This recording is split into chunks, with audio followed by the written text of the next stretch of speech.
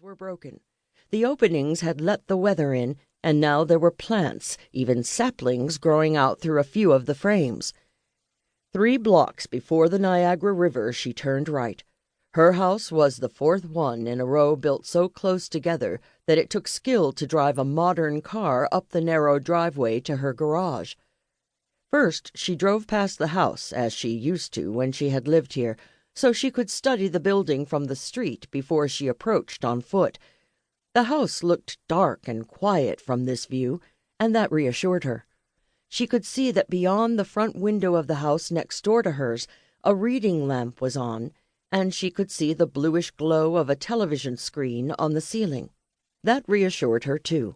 The house belonged to old Jake Reinert, her father's friend since they'd been children. She was always glad to see that he was there and being borne along by his routines. She turned the corner and went around the block looking for cars that might have someone sitting in the driver's seat, for any kind of van or enclosed vehicle, particularly with tinted windows, for any vehicle with license plates that were obscured or made unreadable by plastic covers or mud, and for any vehicle that seemed to be paired with another, one at each end of a block, for instance.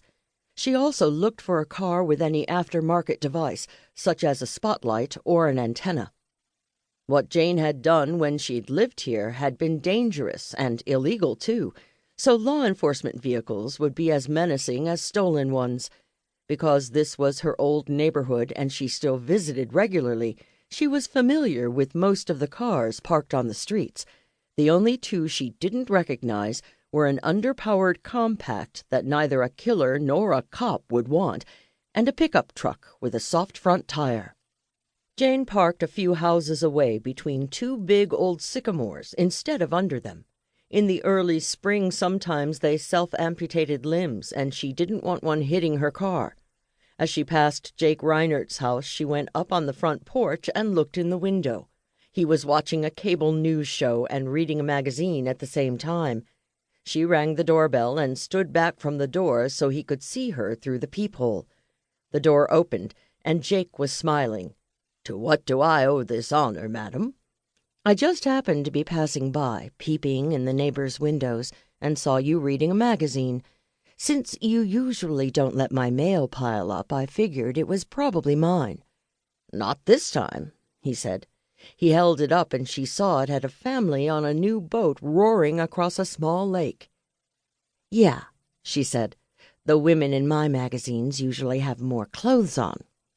"I'll ignore the misplaced innuendo. Did you bring that quack you married with you?"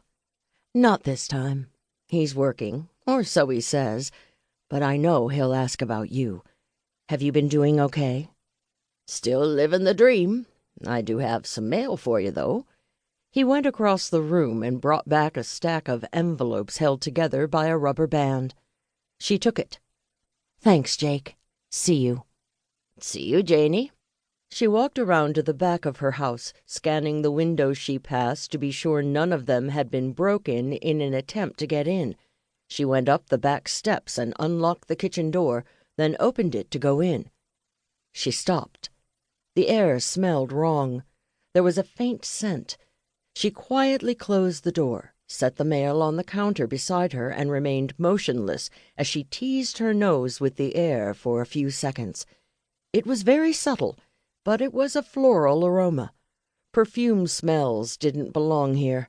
Even now, years after Jane had retired, she never wore perfume or used products that were scented, because an enemy could use the smell to detect her presence in the dark. She always carried a perfume bottle in her purse, but it contained concentrated juice of the roots of water hemlock plants, not perfume. What worried her most was that women and girls were not the only people who liked to smell good. The faintness and subtlety of the smell might mean she was detecting aftershave or a man's hair product. Jane stayed where she was.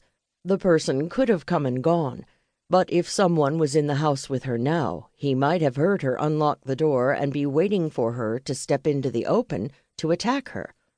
She decided to outwait the enemy she imagined, to baffle his notion of how long a person standing in a dark room would do nothing. She had to be sure the other